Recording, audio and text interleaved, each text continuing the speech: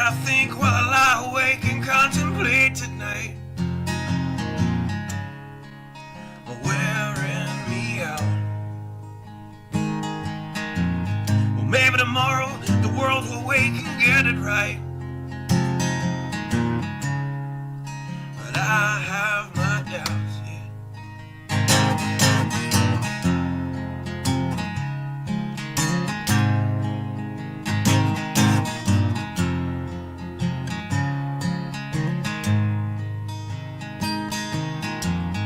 During the day, well, I design machines of war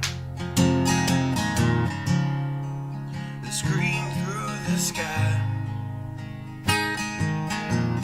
'Cause I, for one, I like to go to bed free at night under these stars and stripes.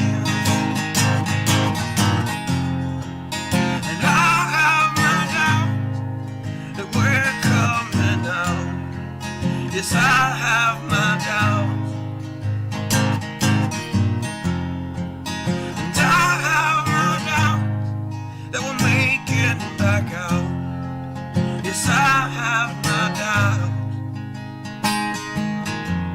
but they'll wind you up and pull the cord until you're spun right out.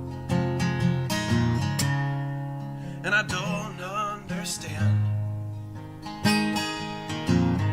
Roll the dice and raise the price to feed the machine's mouth. Call it the progress of man. And I have my doubt that we're coming out. Yes, I have my doubts,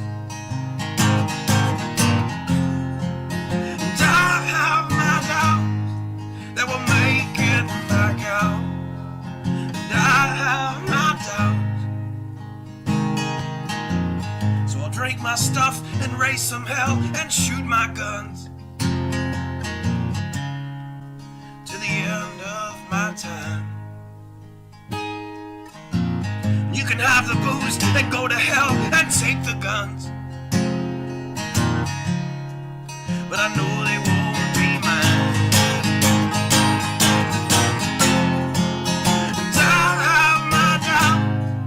That we're coming out.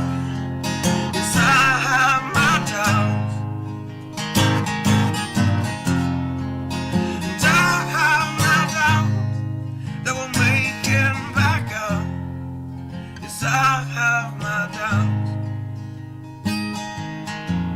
So we're all messed up and out of touch. Let's text someone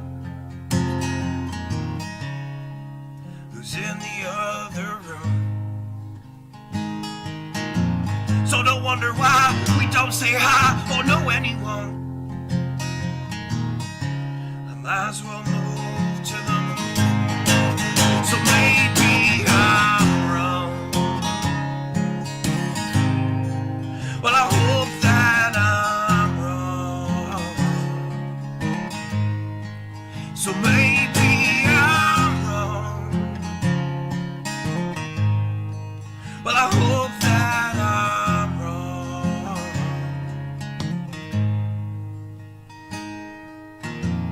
Well, the things I think while I lie awake and contemplate tonight are wearing me out.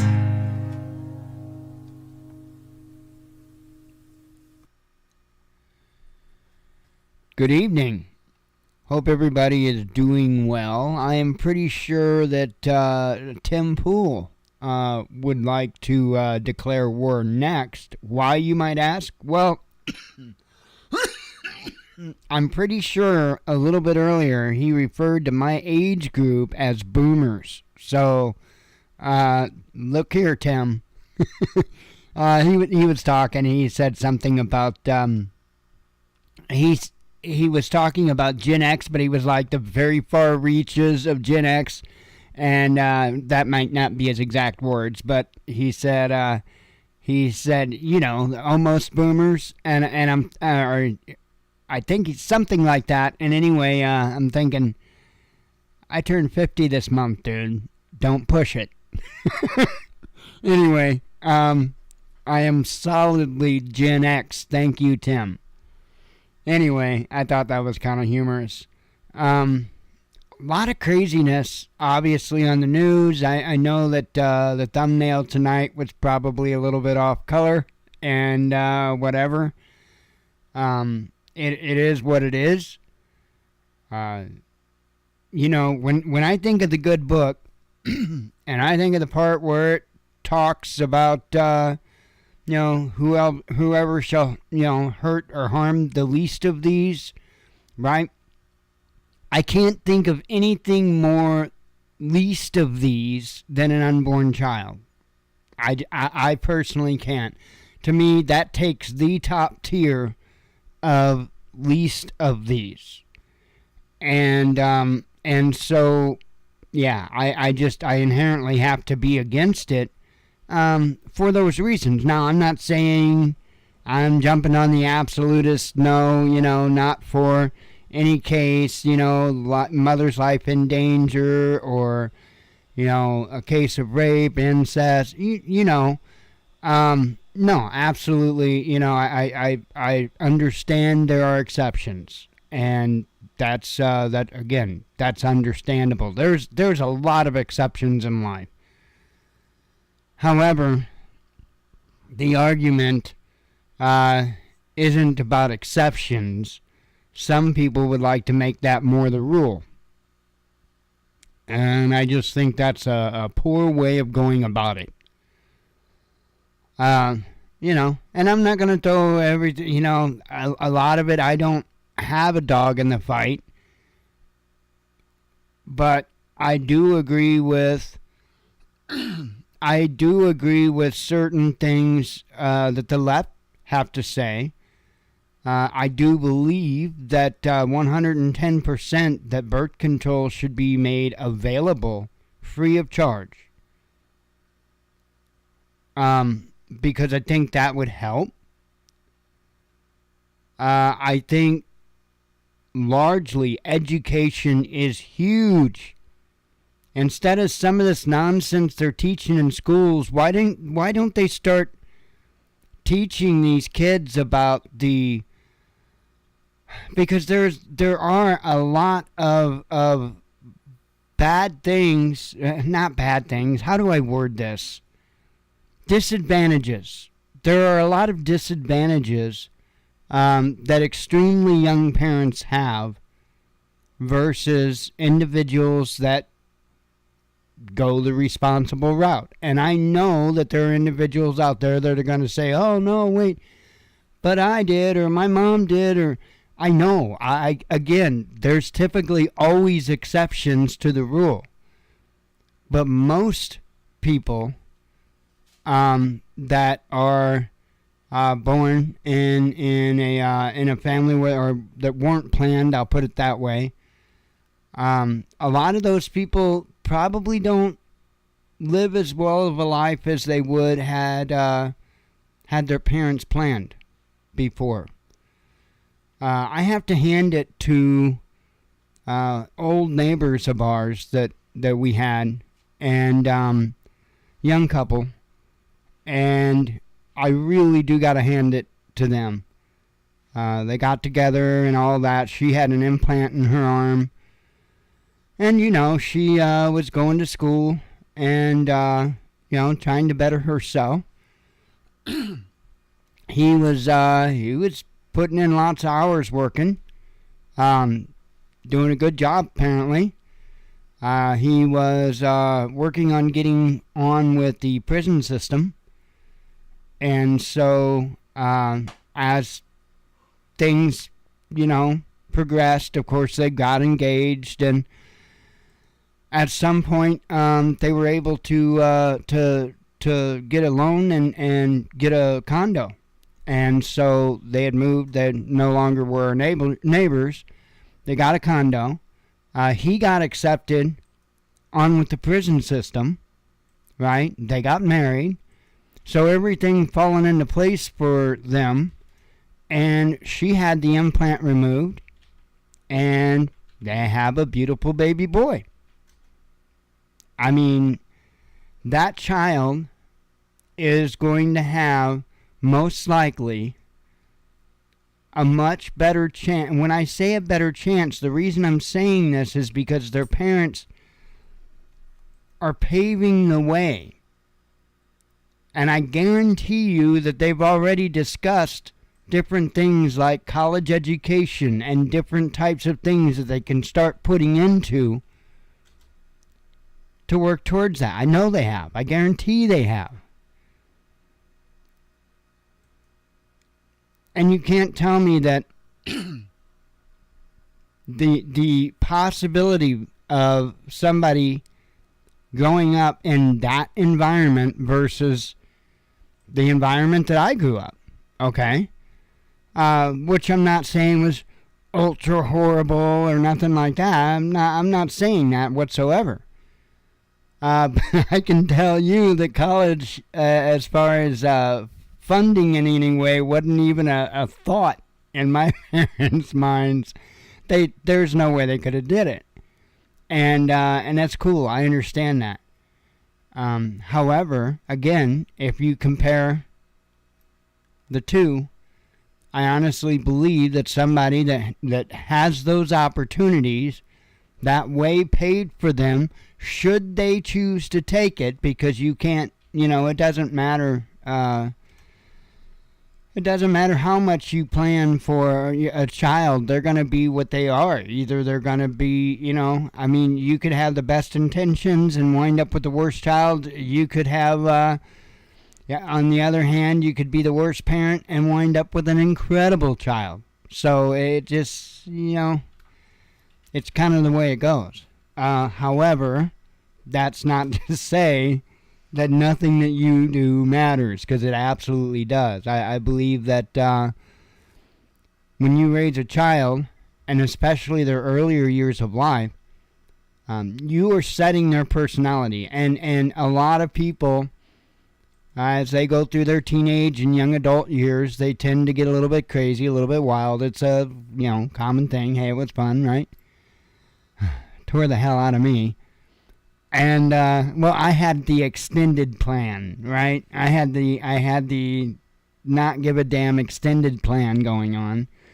And, it was fun, but damn, I hurt today. Anyway, more back to point. Where was I going with this? How? Story time, and I forgot the story. No, oh, damn. It's just, the title says it all, right? I mean, I couldn't even think of a title. I do have a bunch of, tabs open for you, including the one that inspired today's thumbnail. I just couldn't resist. And that's what I was going to say earlier. Based on my feelings about the matter, if anyone is offended by that thumbnail, I can guarantee them that they're not nearly as offended by that thumbnail as I am by murdering one of the least of these. So there's that. Anyway, let me go ahead and jump on over, and we'll start covering this stuff. Let me have a sip of coffee.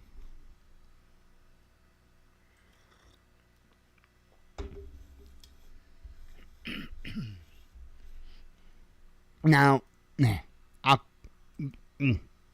okay. I'll start, and then I'll comment. Maybe. I'll try. Okay, no, I'm commenting first. So, right, we get in a lot of crap here on YouTube if we were to encourage in any way doing anything that could be in any way risky with your health, right? In fact, we really can. We just tell you to talk to your doctor, right? I know the argument there. But it's just mind-blowing to me that depending on what side of what that you stand depends on what is okay or not okay to encourage people to risk their life doing. Isn't that messed up? Hell, just trying to say it's messed up. Anyway, media outlet promotes DIY abortion pills. U.S. media outlets went beyond decrying a draft Supreme Court ruling that would strike down the constitutional protection of abortion rights. Vice News went so far to promote a video explaining how to make do-it-yourself abortion pills with an active ingredient that is also used to treat ulcers in horses. Let's see. I don't want to get anywhere close to anything there. Let me skip that next paragraph.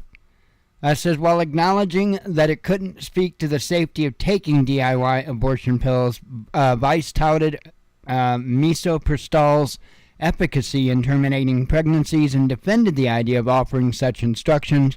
In a progressive and just world, abortions would be free and safely administered by medical professionals, the article said.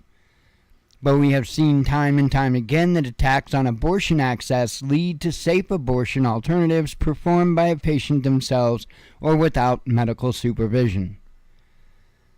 So, I'm at a loss here.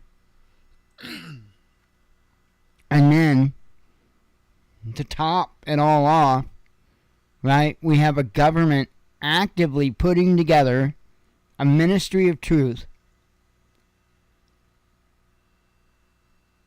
to make sure that what you get told is, well, what they want.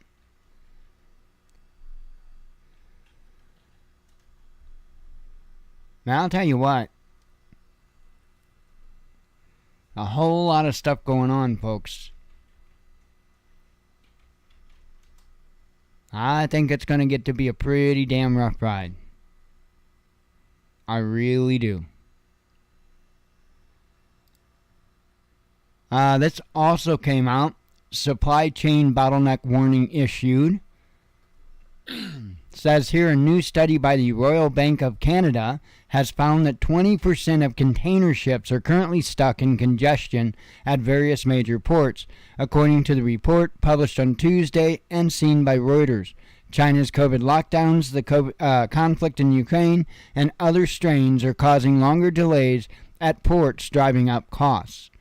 If you watch Monkeyworks, you have already seen all the congestion at the ports. So, RBC data shows that ships awaiting berth at the port of Shanghai now tally 344. That is a 34% increase over the past month, with shipping from a warehouse in China to one in the United States currently taking 74 days longer than usual.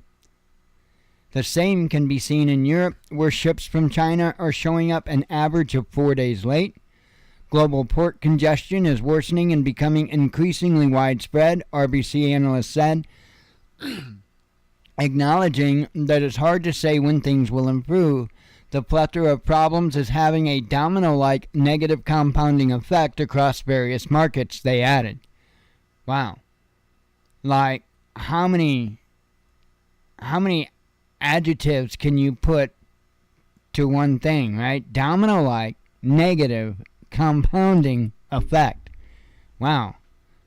Anyway, sorry, I'm amazed by the simplest of things. According to the report, since the start of the war in Ukraine and the sinking of several ships in the Black Sea, insurers have hiked premiums to between 1% and 5% of the value in ships. I'm trying, compared to the pre-war levels of 0.25%. Meanwhile, marine fuel prices in Singapore, the world's largest refueling port, have soared 66% over the past year. Many market participants thought the supply chain would be untangled by now, but the scenario has failed to materialize, the report said. It showed the average global delay of a ship's arrival was still 7.26 days in March. The figure rarely topped 4.5 days during normal times. The research also noted that the ban of Russian-flagged vessels from key European ports has led to a rerouted flow and is pushing increased container ship activity at those ports. So, it says here the aggregate time of turnaround for the three largest European container ports, Rotterdam, Antwerp, and Hamburg, are 8%, 30%, and 21% respectively above their 5-year normal levels. So it says significant compression of the time of turnaround is required before we can confidently suggest a path forward normalizing shipping cost, RBC analyst said, adding the problem, things are getting worse. So that's what's going on the supply end of things, which I'm sure many of you already knew. But, there's a lot of things that I consider and I put together, right? Now, I think I mentioned this on the show that I talked to the UPS guy the other day. One of the things that I'd asked him is if he'd seen any difference in, people's buying habits. And he said, I asked him if things have slowed down. And he said, well, they, slowed down some. But he said, the biggest thing I've noticed is, he said, people aren't just buying stuff anymore. It's stuff that people need. It's things that they really need, not just stuff that they want. And that said a lot right there to me. The other thing that we have been seeing in the news about all the people, the record numbers of people that are actually leaving their jobs right now. Right? And so I look at that and I'm thinking, man, you've got all this going down. People, plus the inflation, increase in utilities, increase in rents for a lot of people, just prices, cost of things are just going through the roof. You've got a lot of people that are starting to tighten down now. And a lot of people are just buying what they need. I did shopping today, right? Grocery shopping, we do the pickup thing. And I estimate probably about 30% more expensive. I couldn't get any. I normally put chili on the menu, and I couldn't get any chili beans at all. None. Boom. Gone. None. And so no chili beans. And I did get to put frozen chicken on the list. Very expensive, mind you. Whether or not we'll get it, who knows?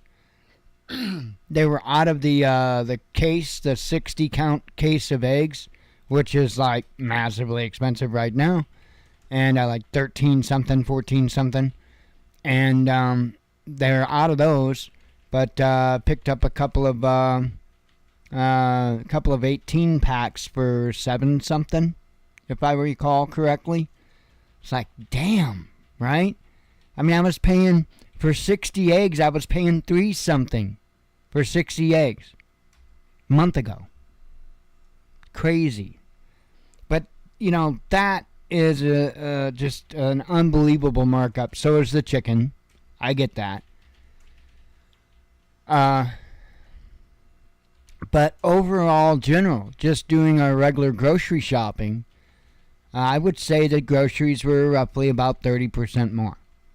So, man, I don't know how people are going to do it, because I don't see that changing. I do not see that changing. I think that we're going to see this trend going into next month as well. And I think that, again, we're going to probably see somewhere between a 20-30% increase generally overall. We may see some prices start to edge back down. Who knows? Maybe chicken, eggs, maybe might come down just a little bit by then, might stabilize a little bit. I don't know.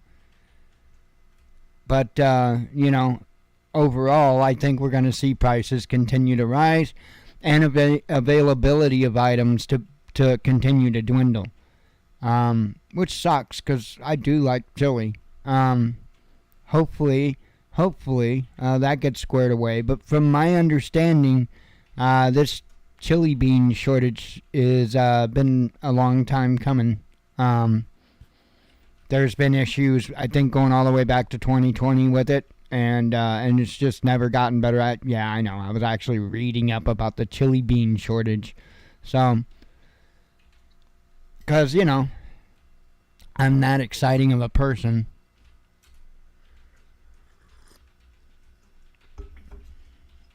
Oh man. So anyway, that's going all to hell. I'm just having fun. You gotta laugh at it, right? Fed announces highest interest rate hike since 2000. And I sat there and I think about that, and I'm like, 2000. What happened in 2008? Well, I don't think we got 8 years, homie. Just saying. Anyway, it says, citing high inflation, the U.S. Federal Reserve has raised its base interest rate by 50 basis points, or 0.5%, like that's going to help, and announced it would be selling off some assets from its $9 trillion balance sheet. The rate hike is the highest since May 2000, when the dot-com stock bubble burst. Inflation is much too high, Fed Chair Jerome Powell said on Wednesday afternoon, adding that we will have both the tools we need and the resolve it will take to bring it down. However, Powell noted, the Fed's policies can only impact the demand side of things and not supply disruptions, which have been longer lasting than anticipated. He blamed the supply problems on COVID-19 lockdowns in China and the conflict in Ukraine. The Fed is also significantly reducing the size of our balance sheet, mainly by selling securities holdings over time. Starting on June 1st, principal payments from the securities held in the System Open Market account will be reinvested if they exceed $30 billion per month. That cap will increase to $60 billion per month by September. For agency debt and mortgage-backed securities, the initial cap will be $17.5 billion per month, doubling to $35 billion after 3 months. The Fed has an estimated $9 trillion balance sheet. In April, the U.S. recorded the highest spike in year-over-year inflation since 1981, with an 8.5% increase in the Consumer Price Index. The Fed's own inflation calculations are lower since they exclude volatile food and fuel costs. Go figure, right? The rate hike, that needs to be changed. There actually needs to be a law put in place saying you can't take those out. Because, come on. Those are huge expenditures. You can't just take those out. The rate hike may drive up unemployment in the short term, Powell acknowledged, but said this needed to happen to curb inflation. We can't allow a wage price spiral to happen, Powell said, referring to the phenomenon where higher wages drive up prices of goods and services. So, it's crazy. It is crazy. And it talks about, the job openings and stuff like that. It's nuts. Anyway, let me have a sip of coffee.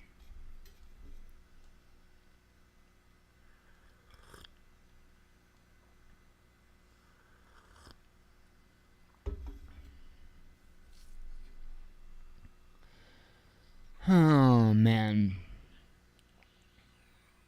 By the way, news is all over the place tonight. So, if you haven't figured that out already.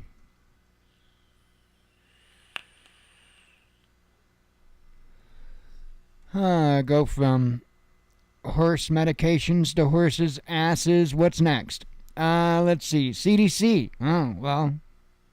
They could have been the horses' asses. Anyway, they apparently spied on tens of millions under pretext of COVID-19 compliance, according to the media. Now, I know, none of you believe it. I know everybody here the entire time said that everything to do with the CDC and all this COVID stuff was completely up to par, and that they wouldn't use it to track Americans. Huh. Imagine that. It says here the U.S. Centers for Disease Control and Prevention bought access to tens of millions of Americans' cell phone location data under the guise of tracking compliance with COVID-19 control measures, but ultimately used the information to conduct much more complex and sweeping surveillance, according to documents obtained through FOIA request by Motherboard, which published its findings on Tuesday. Documents show that while the agency used the looming specter of the COVID-19 pandemic to justify rapidly acquiring comprehensive cell phone location data on tens of millions of people, the information was ultimately used for much more than simply monitoring compliance with curfews and social distancing measures. Americans' visits to schools and places of worship were measured on a granular level, while another program focused on surveilling the effectiveness of policy interventions inside the Navajo Nation, and another concentrated on exposure to certain building types, urban areas, and violence. If that isn't interesting. Think about the data that they have aggregated there. Hang on. Hang on a second. I really, really need to just hang on.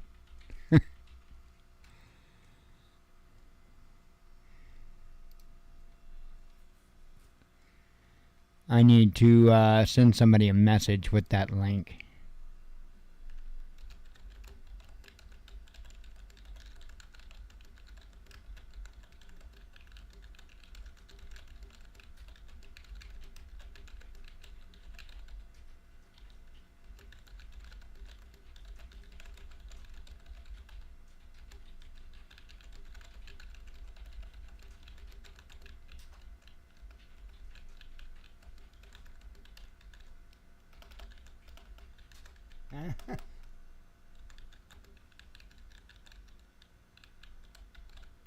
If I could type. Well, I'm kind of sideways on my keyboard and all that stuff. Apparently I misspelled that. Okay. Boom, off. Sent off. Coolness. Alright, sorry. I really wanted to send. I did not want to forget that. That was important. So anyway, yeah, nuts. Nothing that we didn't expect, but this definitely clears up a little bit more of what they were doing. Let's continue on, shall we?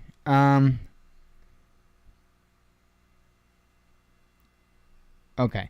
While the CDC's data was aggregated, apparently aimed at tracking larger trends among populations, studies have repeatedly shown that such supposedly anonymous information could be de-anonymized to the point of pinpointing individuals. Worse, the company the CDC used to obtain the data, SafeGraph, is backed by Peter Thiel, whose company Palantir was deeply involved in the UK's own ultra-intrusive COVID-19 tracking efforts. I mean, you're not surprised, right? Even Google itself, criticized for breaches while protecting users' privacy, banned SafeGraph from its Play Store over unscrupulous sales practices last year. While the CDC insisted SafeGraph's data was critical for ongoing response efforts such as hourly monitoring of activity in curfew zones or detailed counts of visits to participating pharmacies for vaccine monitoring, cybersecurity researcher Zach Edwards told Motherboard the agency appeared to have purposefully created an open-ended list of use cases which included monitoring curfews, neighbor-to-neighbor visits, visits to churches, schools, and pharmacies, and also a variety of analysis with this data specifically focused on violence. Almost like they were doing some type of mental health experiment, maybe. Possibly? No.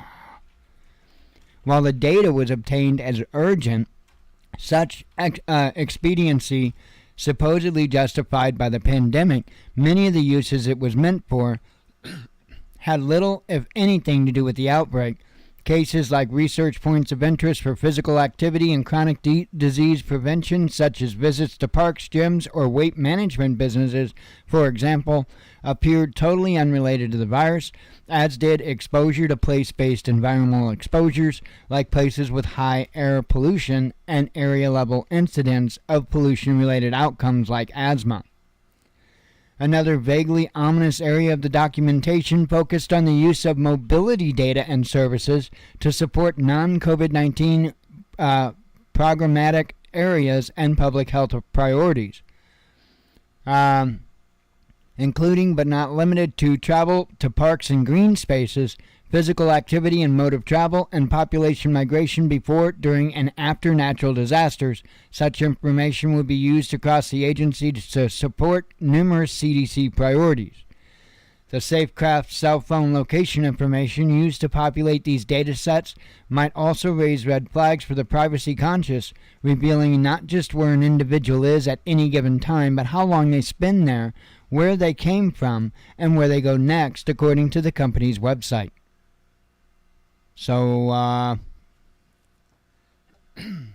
nuts. Nuts. Wonder if you saw that. Not yet. That's, yeah. That particular type of information that they are collecting, not good. And another thing that's probably not good is Boeing's new Starliner. Apparently, this thing is so tough it falls apart on its way to the launch pad. I'm just laughing. I'm sure it's probably not a big deal. Whatever it was that flew off of this capsule, I guess. I'm sure it really wasn't a big deal, but it sure did make for a good video, and for a good joke. But yeah, apparently, I don't know, they're gonna be doing something with this thing. So really don't know anything about it. It's apparently they're rolling out their Starliner spacecraft to the launch pad today for a second attempt to rendezvous with the International Space Station. So we'll see. But yeah, they were taking it to the launch pad, and there was something. They were just kind of cruising along, and there was something on the on top of the capsule or whatever that is, and it just kind of flew off. It's kind of funny. Anyway, figured I would mention it.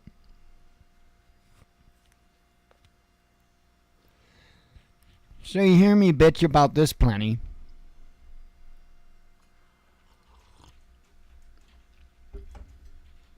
There was a reason.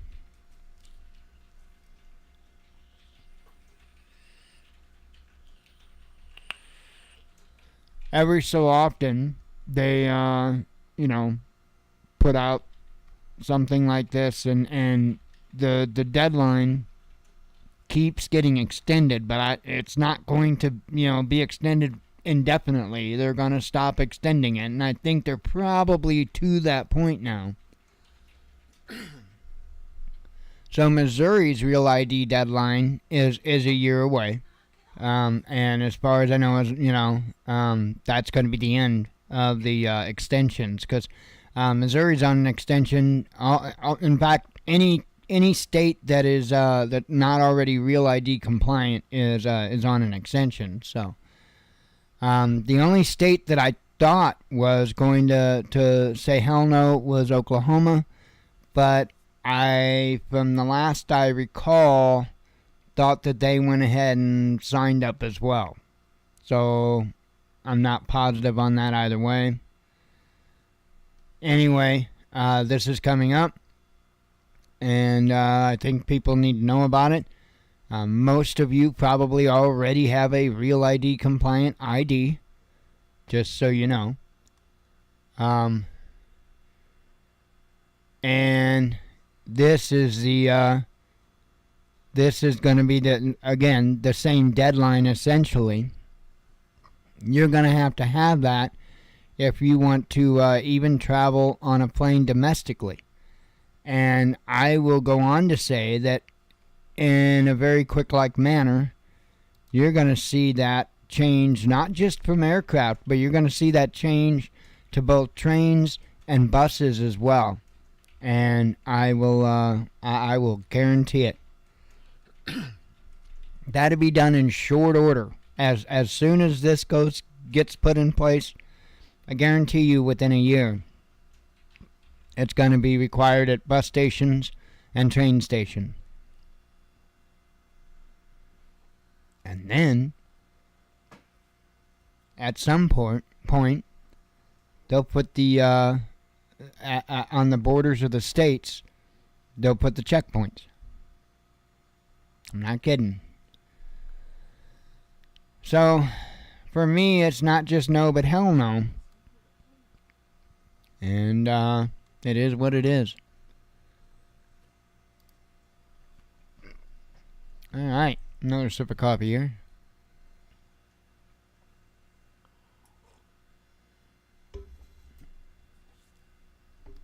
Apparently little Kim's spouting off again.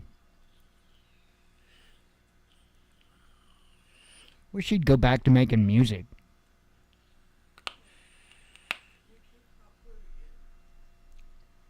It'd be like North Korean hip-hop. It'd be like short, fat, white dude doing North Korean hip-hop. Wouldn't be very hood, I don't think. Anyway, little short, fat man doing hip-hop launched a ballistic missile. Because he may not be able to sing, but he can push buttons. And anyway, says here North Korea launched a suspected ballistic missile from Sunan Airport in Pyongyang on Wednesday. South Korea and Japan have said. The South's Joint Chief of Staff said the missile traveled 470 kilometers or 292 miles for all of us normal people. I'm kidding. Towards the Sea of Japan. The launch is a grave threat to the peace and stability of the Korean Peninsula and the international community, and clearly violates the UN security resolutions, according to the JCS. Our military is tracking and monitoring related movements to prepare against the possibility of an additional launch, and it is maintaining a full readiness posture, the Korean military told reporters. The JCS added that it monitored the situation for any additional launches that may occur. According to the South Korean media, JCS Chairman General Woon In-chol held a video conference about the alleged missile test with the U.S. Forces Korea Commander General Paul Lacmera. The Japanese Defense Ministry also said it detected the missile launch. North Korea's recent actions, including frequent missile launches, cannot be tolerated, Prime Minister Fumio Kishida said, commenting on the matter during a trip to Rome. He added that the test posed a threat to the safety of the region. Pyongyang has not confirmed the reports of what allegedly the 14th such a test since the beginning of the year. Last month, North Korean leader Kim Jong-un personally oversaw the firing of a new type of tactical guided weapon at a military parade in late April. He vowed to accelerate development of nuclear weapons and use them if Pyongyang's fundamental interests are violated. So, we'll see what happens. I don't know. There's a whole lot of people in a big hurry to destroy this planet. So I don't know if he'll get a chance in time, to be honest.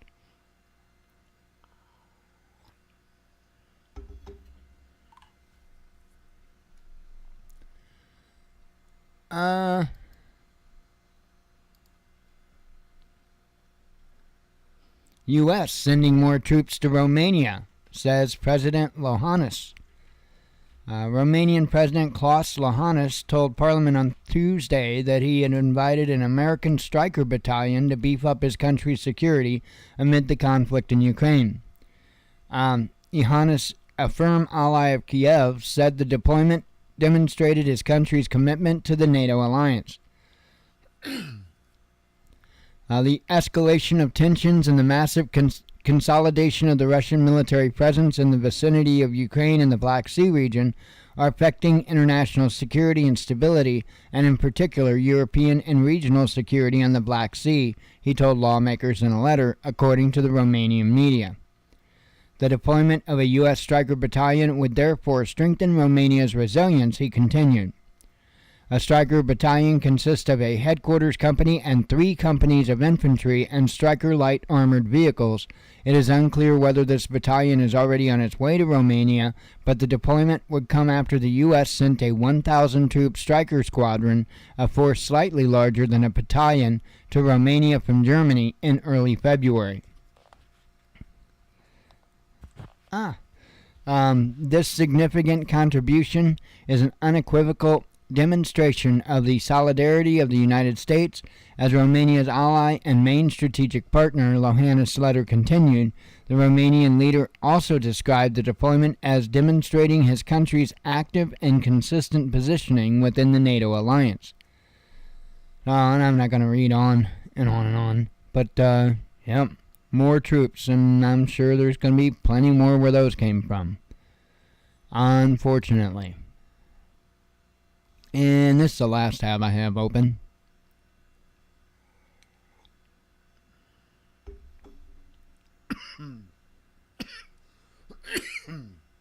And of course, I would have to go down the wrong way.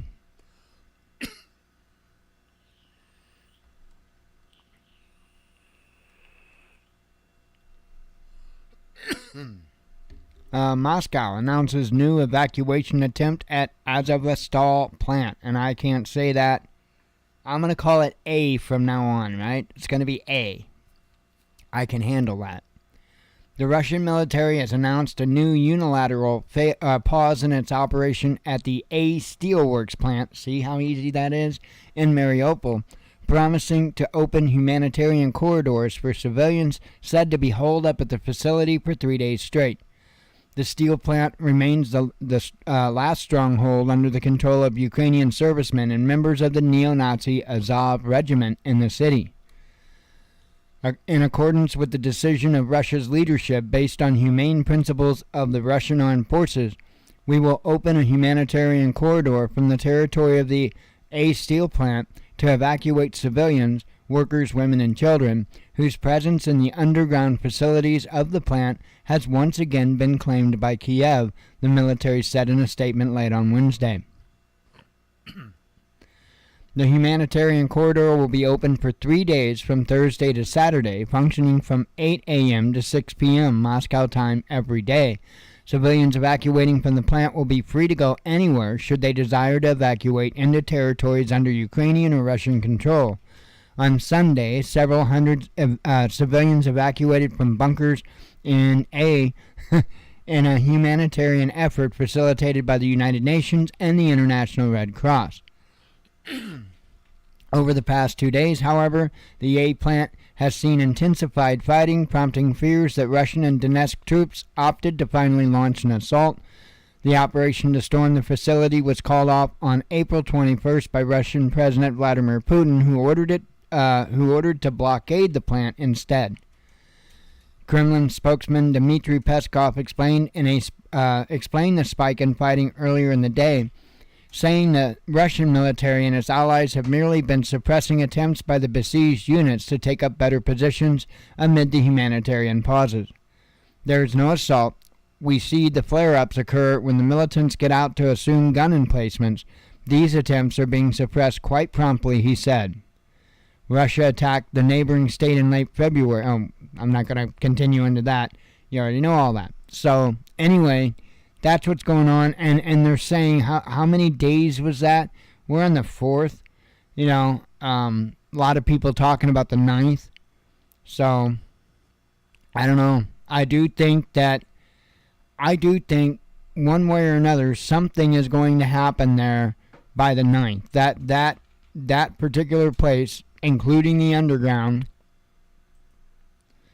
is I'm going to be honest, it's probably not going to be there. I'm just being honest.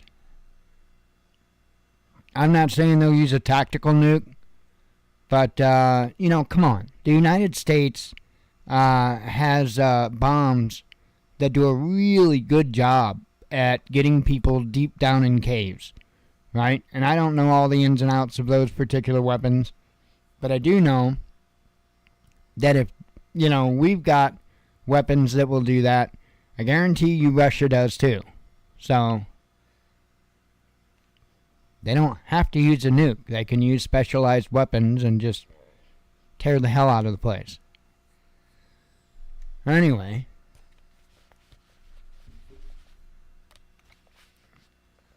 my ears are itching the hell out of me. Hang on a second.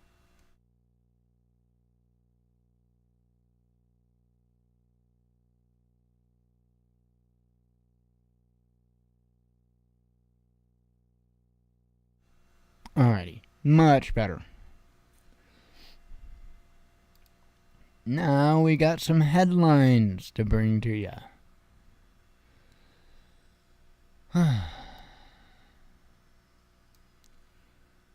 Then I can be done.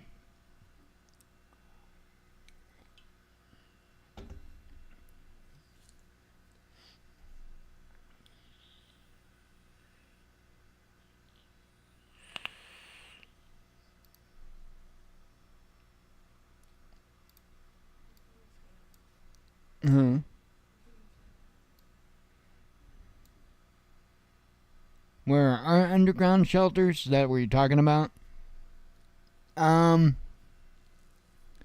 Probably under the White House would be one. Good luck getting in there. We don't have them, homie. We're on our own. We are on. Grab a shovel, man. Get busy. Yeah, we don't. At least the most of us don't have them. So, it's kind of crazy considering what other countries have done.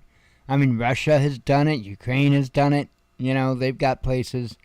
I think Moscow's got a huge underground area where their citizens can go. Shit, we ain't even got a tornado shelter. No, we've got an outdated, expired fallout shelter. I guess I don't. Who knows what's there? I have no idea. It's supposed to be, I guess, under the post office is where the fallout shelter signs used to be. But I don't know if they're still got fallout shelter signs on the building or not. But I would probably suspect that probably not useful.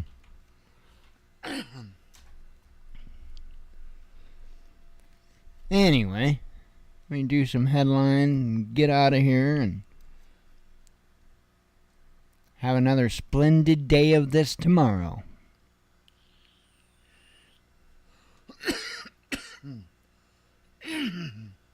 I mean, it really is getting nuts. I mean, could you imagine 10, 15 years ago taking just a day's headlines from today back 10, 15 years ago? People think you're out of your damn mind. Alright.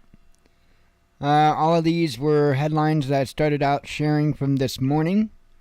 Pelosi urges strongest possible military response against Russia. Oh, we're going to send you over there. We are actually going to send you over there without wine and let you deal with that. Germany says it will back NATO expansion. Some may have to pay to use Twitter, says Musk. Covered that. EU proposes Russian oil embargo. Belarus holds surprise military drills. Russia averts default.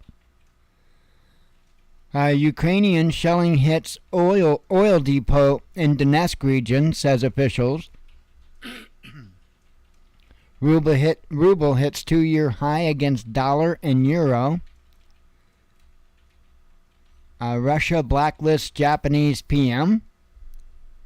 German exports to Russia sink, says a report.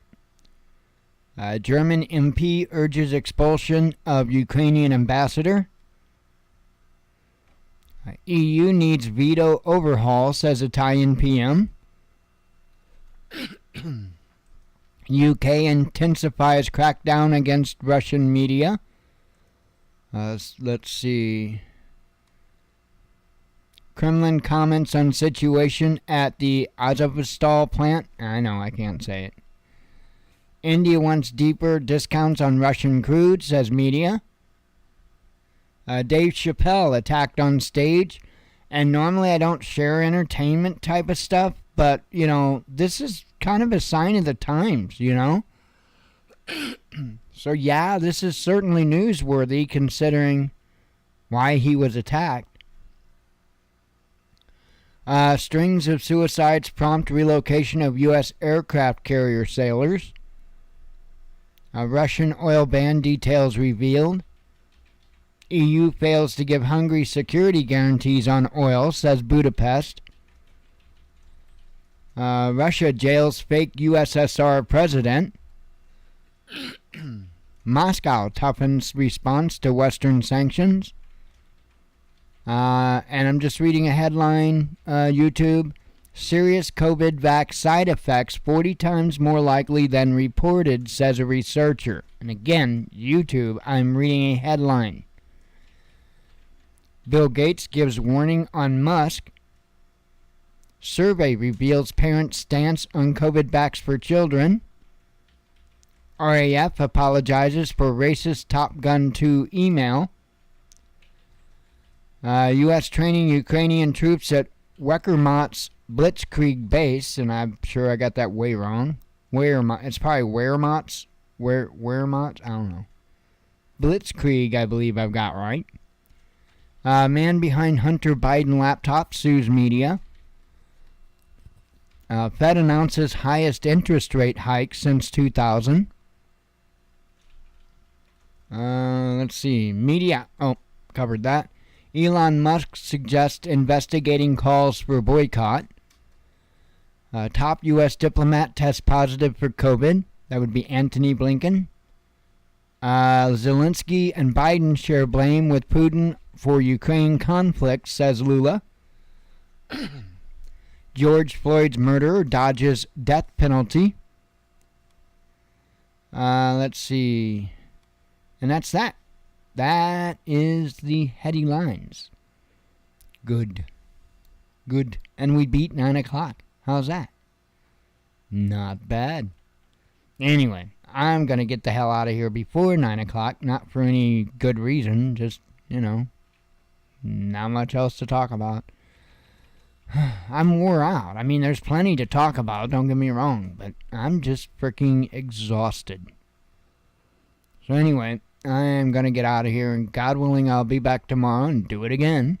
And I hope to see you then. So as always, God bless you. We love you. Be one with your spirit. And shalom.